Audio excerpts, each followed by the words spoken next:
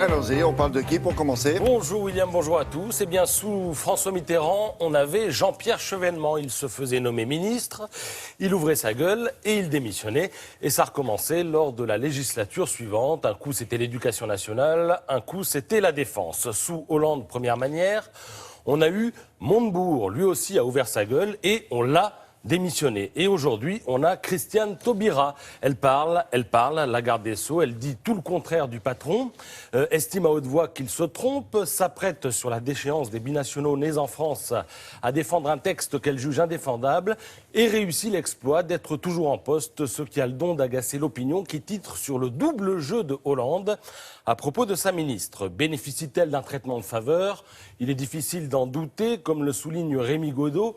Elle commet une faute car l'exigence d'unité nationale ne saurait souffrir l'indiscipline gouvernementale. Oui, on ne parle que d'unité en ce moment et pourtant, Christiane Taubira est toujours là. Il y a une raison à cela et vous la lirez sous la plume de l'éditorialiste de l'Opinion. À 17 mois de la présidentielle, on ne licencie pas sans préavis une caution de gauche. Et oui, François Hollande a beau faire son possible pour enchaîner les cérémonies, les hommages et les démonstrations d'unité.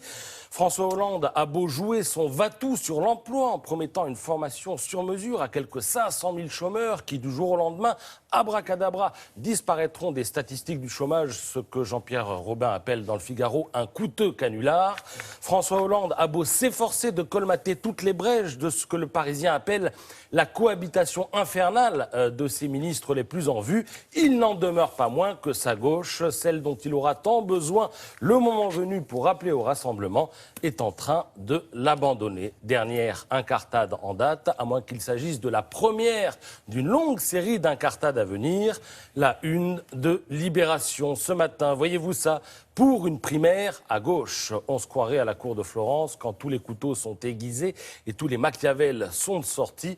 La gauche voudrait fragiliser son président, elle ne s'y prendrait pas autrement. Oui, qui sont les agitateurs? Alors j'ai les noms, l'économiste Thomas Piketty, un revenant, Daniel Cohn-Bendit, un ancien trotskiste devenu acteur toujours aussi rusé, Romain Goupil, mais aussi Jeanne Balibar, Marie Desplechin, Philippe Torreton, l'ancien footballeur Vicage Dorasso et plein d'autres, une quarantaine élus, sociologues, intellectuels qui nous sont présentés comme les premiers signataires de cet appel, sous-entendant que d'autres affûtent déjà leur stylo pour paraffer le texte. Tous disent vouloir faire des propositions et remettre un peu de contenu dans les débats de manière à ce qu'en émerge un candidat susceptible de rassembler toutes les gauches lors de la présidentielle de 2017. La grande peur des uns et des autres étant d'être absent évidemment, au second tour. Alors Duflot, Hollande, Mélenchon, Laroutourou, Hamon, Montebourg, Hollande, bien sûr, et je ne vous parle pas d'Aubry, de Valls, voire de Taubira, comme on se retrouve. Ça fait quand même beaucoup de monde. Instinct primaire, instinct grégaire. La gauche nous promet un spectacle au moins aussi passionnant que la droite, où le principe de la primaire, là, est déjà acquis. Si l'on en croit le Figaro, Juppé fait plus que jamais la course en tête. Lui, président, s'interroge même le magazine Society qui propose une interview de Juppé qui mérite d'être lue.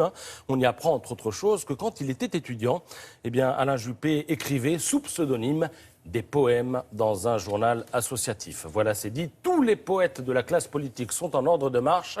Ça va pouvoir saigner. Merci beaucoup. En ce début d'année, vous êtes parmi